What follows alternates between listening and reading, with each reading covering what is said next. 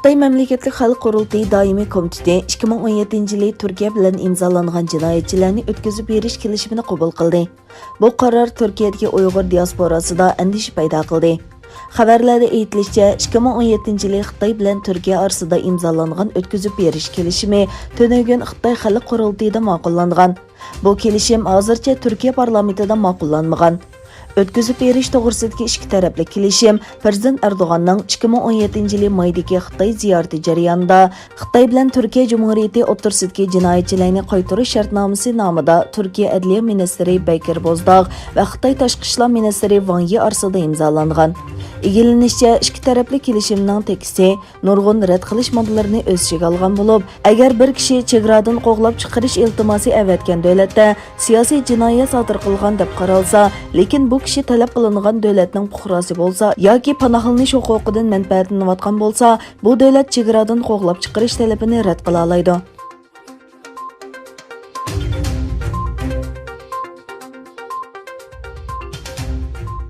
Türkiye'de yaşayotgan milliy tibobat mutaxassisi, iste'dodli tarjimon doktۇrنىمەتۇللارەشىدى 27 dekabr atdigan soat 3dan 25 minut o'tganda vafot bo'ldi.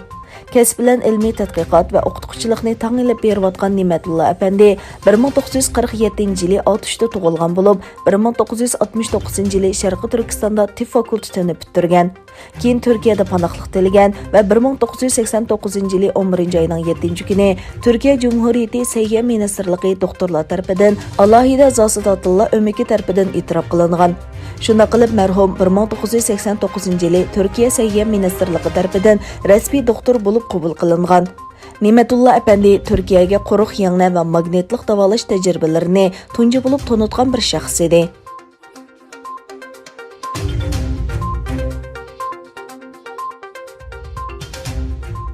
Xitay paytaxti Beyjingda Xitay ۋىرۇسى bilan yۇقۇملانغۇچىلارسانىنىڭ tüyuqsizköpىيىشى سەۋەبىدىن jiddiy ئەھۋال ئېلان قىلىنغاندىن keyin bir qism rayonlarga kirish chiqish taqaldi.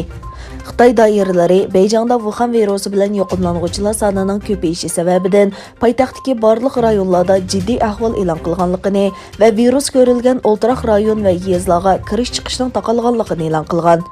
Egilenishicha, Beyjing poytaxti xalqaro aerodromiga yaqin bo'lgan Shunyi rayonida arqa-arqadan yuqumlanguchi bayqalganligi uchun poytaxtda jiddiy ahvol davomlashmoqda ekan.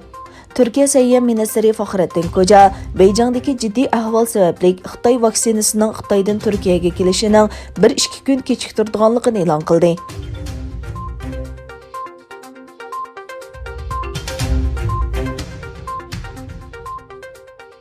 Amerika prezidenti Donald Trump ilgari qarshi turgan Xitoy ۋىرۇسى yordam لايىھىسىگە imzo qo'ydi.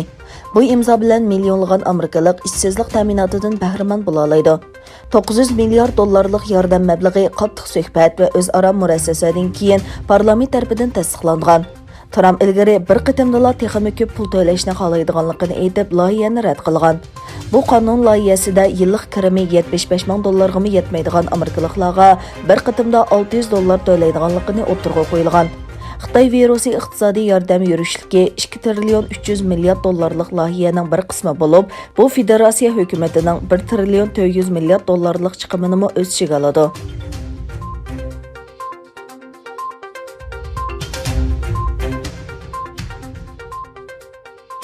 Sەئۇدى ئەرەبىستاندا 4 yangi neft va tabiiy gaz zapsi bayqalganligi e'lon qilindi. Energiya ministri Abdulaziz bin Salman Sەئۇدى ئەرەبىستانның rasmiy xabar agentligi SPI'ga davlatlik neft şirkati Sەئۇدى ئەرەبىستان Aramco'ning davlatning o'xshamagan joylarida 4 neft va an'anaviy bo'lmagan tabiiy gaz zapsi bayqalganligini aytdi. Bin Salman Aramco'ning bayqalgan neftligining umumiy neft va tabiiy gaz zapsini aniqlash xizmatini davomlashtirganligini bildirdi.